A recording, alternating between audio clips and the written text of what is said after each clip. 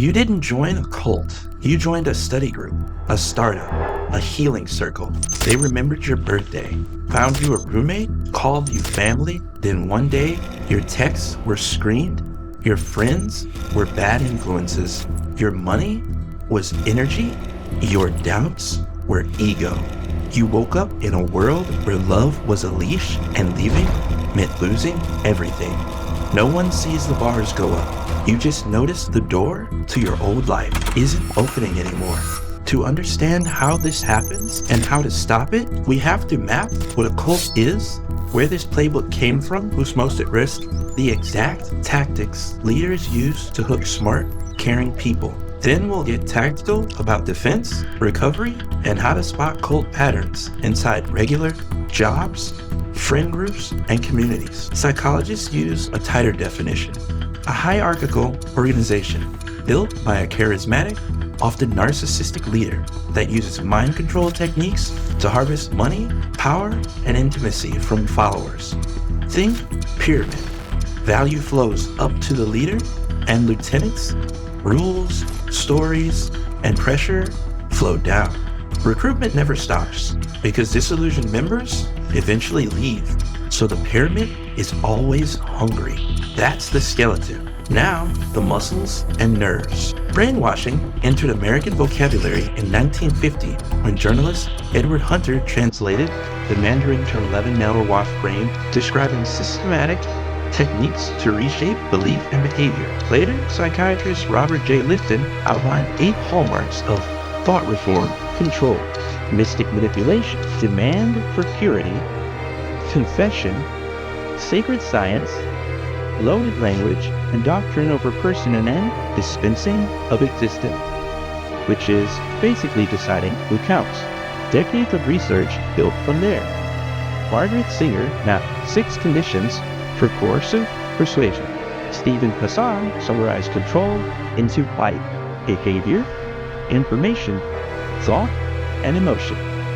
Are still the sharpest diagnostics we've got. Britannica's neutral description of brainwashing boils it down to environment control, regimented obedience, social pressure, and rewards, plus physical, psychological punishment, and nonstop reinforcement, all to bring low loyalties and good person to the leader. That's the mechanism. The reason why people join, it's not because they're weak. Cults recruit from human needs, not human defects. Belonging, meaning, structure, place to heal, a mission to fight for. People are most vulnerable in transition and pain. After loss, illness, financial collapse, war, depression, or chronic loneliness. Leaders read those needs, love bomb hard at the start, using praise, gifts, and attention, and gradually swap validation for control. Trauma histories and porous boundaries make the swap easier to pull off. Add in a polished pitch, free classes, save the world projects, or a community house where food and rent are covered. Dependency is the point.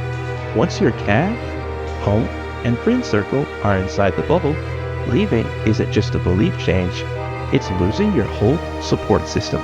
Now, the tactics, step by step. Step 1, love bomb into obligation.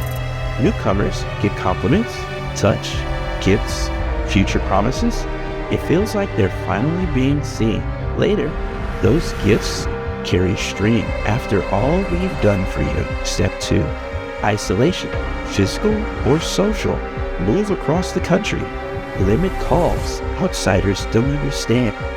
In doomsday groups, the isolation is literal, aka communes. Elsewhere, shunning critics and group chats only. Step 3, rituals and trance. Chanting, long meetings, strict schedules, sleep loss, rhythm resets judgment. Public shares and shaming enforces the norm. And step 4, fear and phobias. You'll lose your soul if you leave. The world is ending next fall. Enemy lists keep members on edge. Jonestown drilled loyalty tests with fake poison. Other groups stage crisis, threats, even self-harm threats to yank people back in line. Step 5, Bite control. Behavior, information, thought, emotion. Starting with behavior. Housing, food, intimacy, money, sleep, all regulated. Information. Filtered news. Critics are haters. Spying. Confessions reused as leverage. Thought. Black and white doctrine. New jargon. Leader as the sole interpreter. Emotion. Guilt. Euphoria. Your anger is your ego. Terror of shunning or damnation. Number 6. Pyramid economics. It's always about upflow.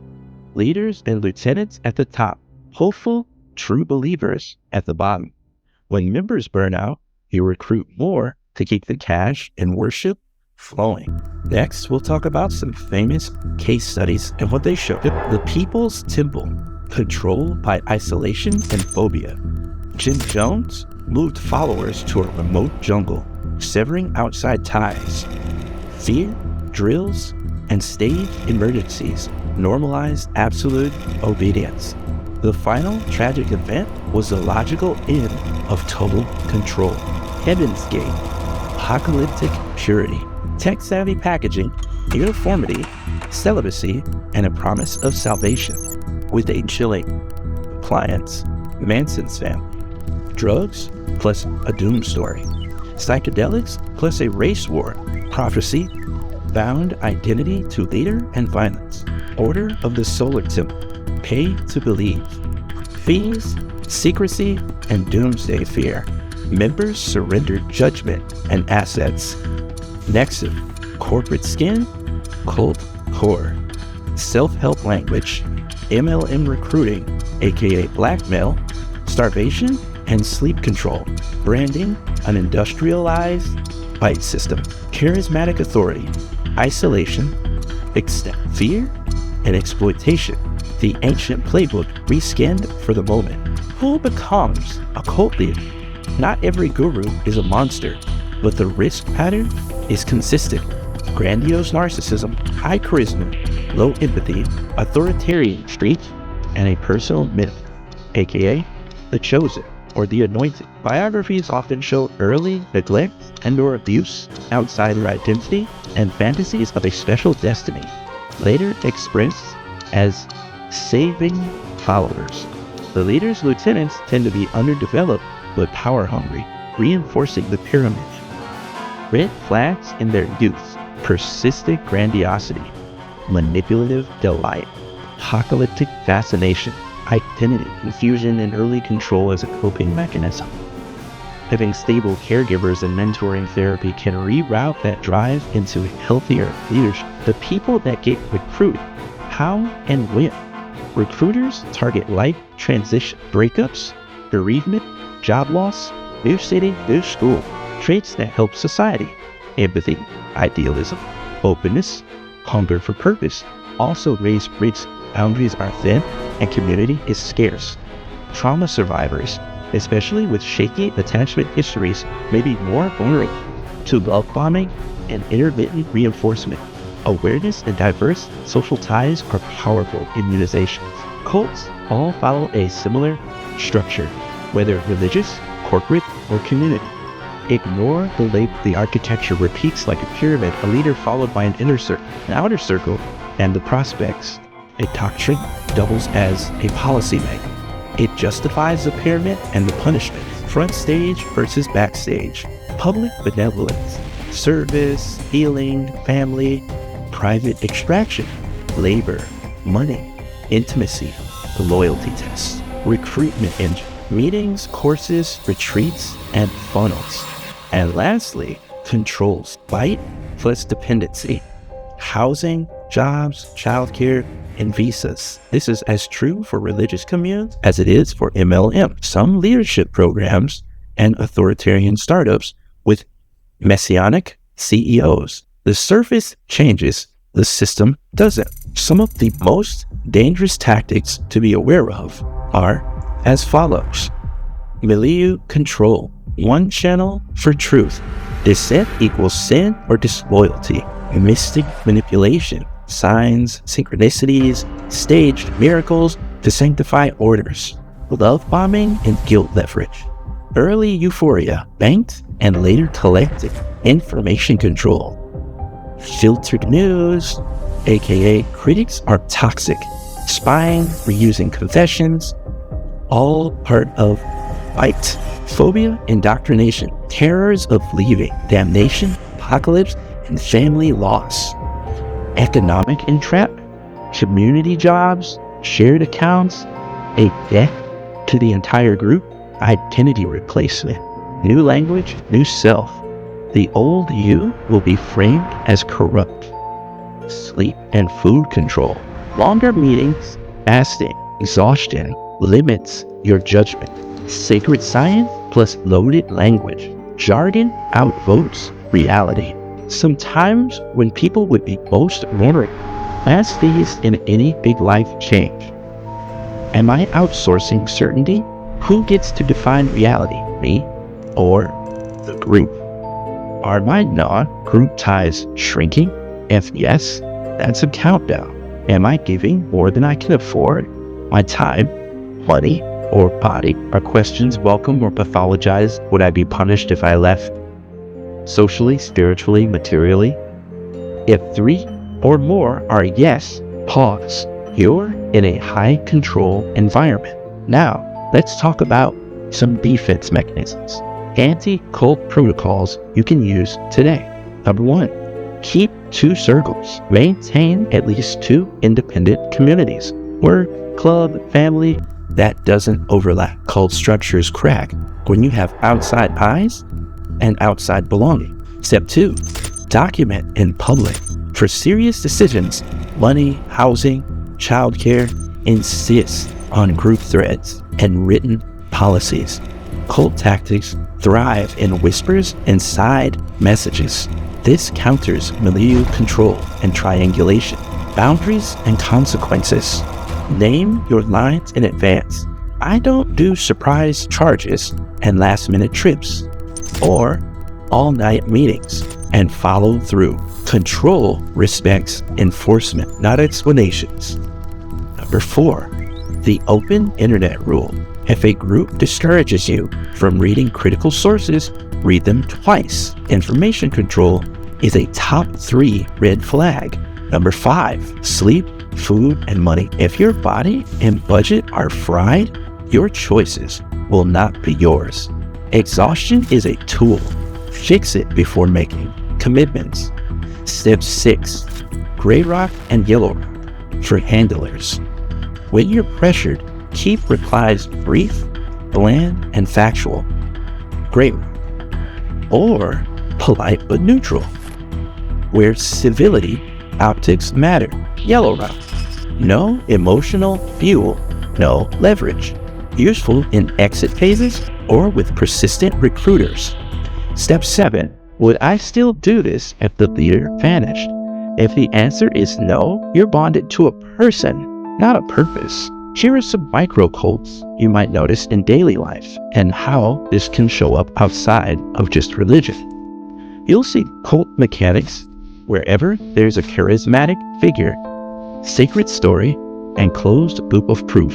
For example, work, messianic founder, family rhetoric, 90-hour weeks, equity dreams, criticism equals not a culture fit, MLMs, endless recruiting, mindset blame, rallies with euphoria and debt, everyone loses money, but is just told to hustle hard. Healing scenes, a guru with transmission, high-ticket retreats, boundary blurring therapy, and pressure to cut low-vibe friend. This is a common design of cult dealing. The bite stack doesn't change. Learn the pattern and you'll spot it easily. Recruiters typically have a funnel for how they decide if you're a good fit or not.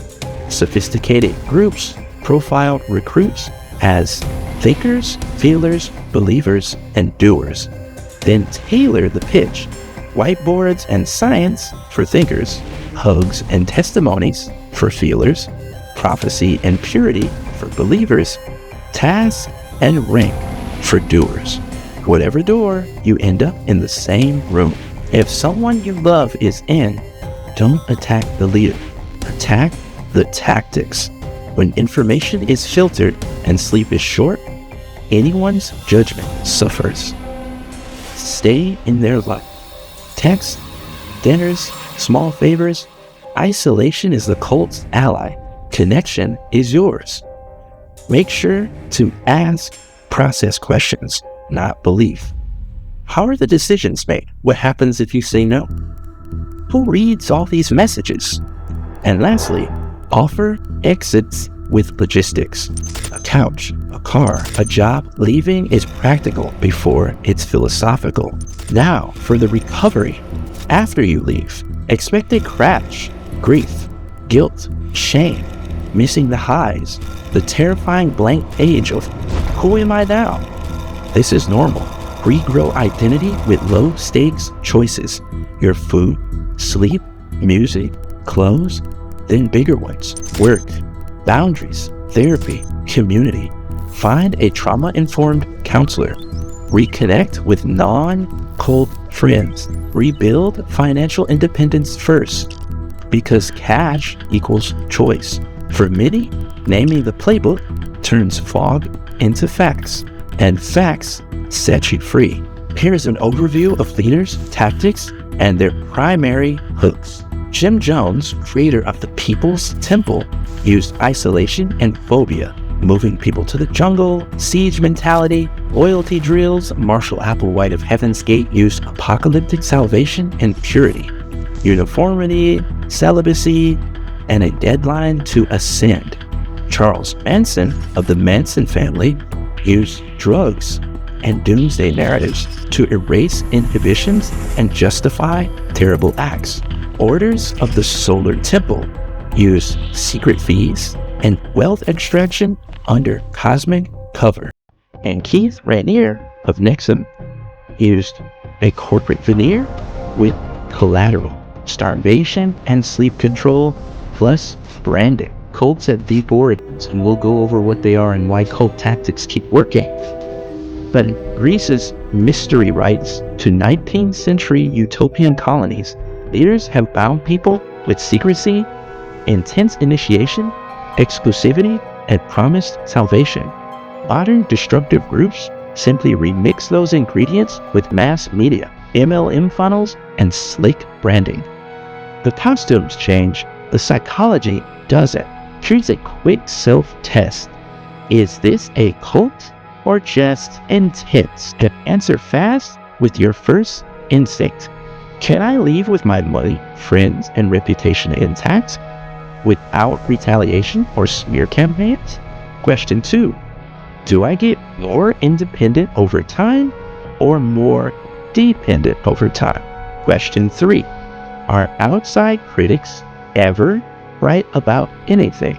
Question 4. Do rules apply equally to leaders and members? And question 5. Would this system still make sense if the leader magically disappeared tomorrow? 2 no answers, and guess what? You're in a high control system. Please proceed accordingly. Cults don't start at midnight with a hooded figure.